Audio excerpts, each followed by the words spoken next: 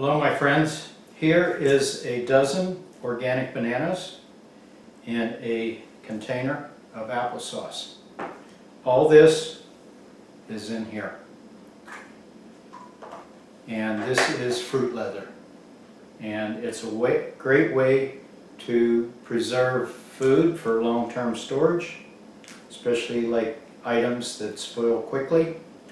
These were purchased in the grocery. They were discounted. I purchased 21 pounds for $10. So that enormous amount of food will be preserved in a great treat. And that is fruit roll-ups.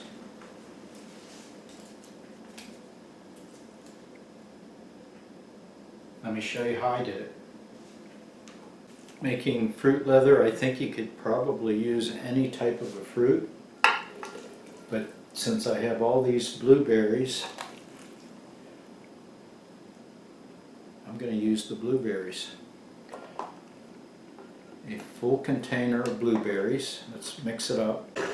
Now you can see the full container, how much air was in it, and what I'd like to do is add either banana or applesauce or apples, and that seems to make the fruit leather have a better consistency. Okay, with this consistency, what I try to do is spread this in a square.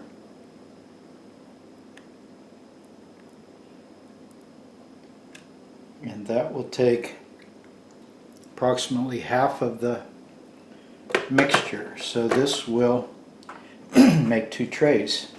Then a little bit of shaking will give it a fairly uniform thickness. This is ready for the dehydrator. After they're dry, taking them off the rack, and these sheets you peel from the edge.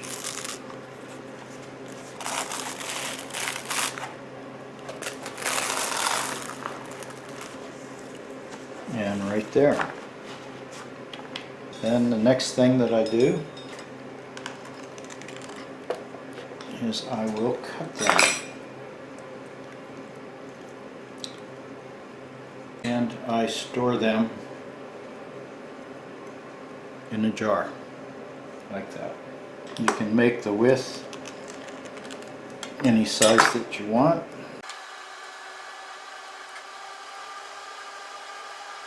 Long-term storage, put it in a sealed jar.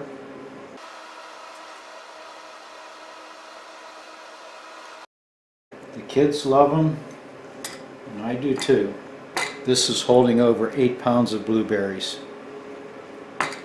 Pizza cutter seems to work the best for doing this.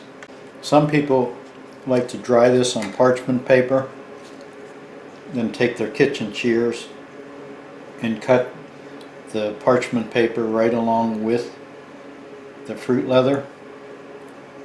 What I'm using is apple sauce, and this is unsweetened. And I use a half of a jar in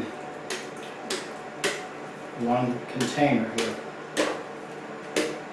Then I'm starting with the bananas that look like they're not going to last as long.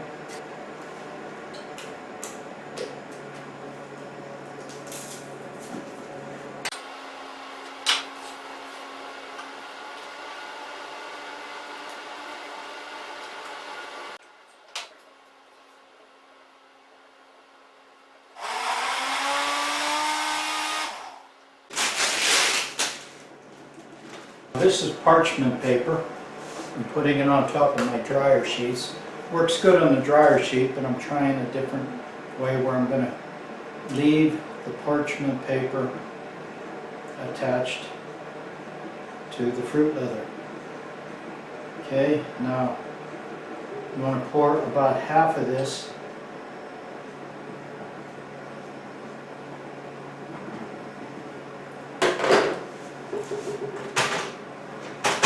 Shake it a little bit to get it to be even. Right there. Here's one that I did earlier. It's still soft, you see that? And as it dries, it darkens. These are all the same.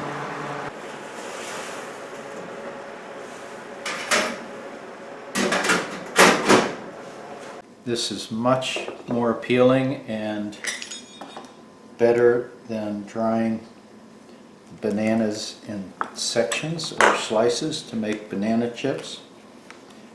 The banana chips, the edges seem to get hard, and this has a uniform texture. Drying on parchment paper, not much different than drying on the other sheets, but with the parchment paper you can cut the strips right through the paper.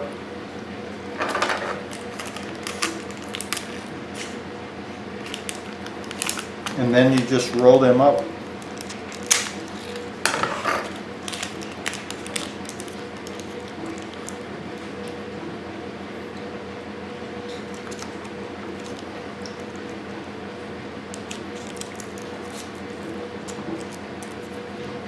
Like that.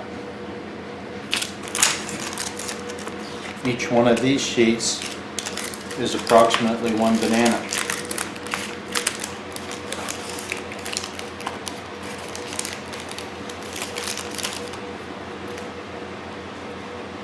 This is fruit leather with bananas and cantaloupe.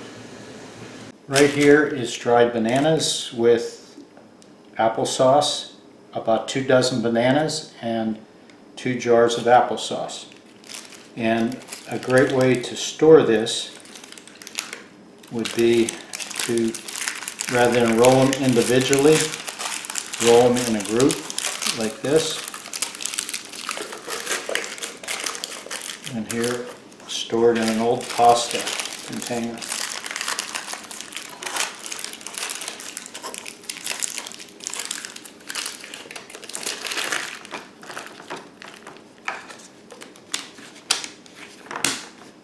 Right there. 2 dozen bananas, 2 jars of applesauce.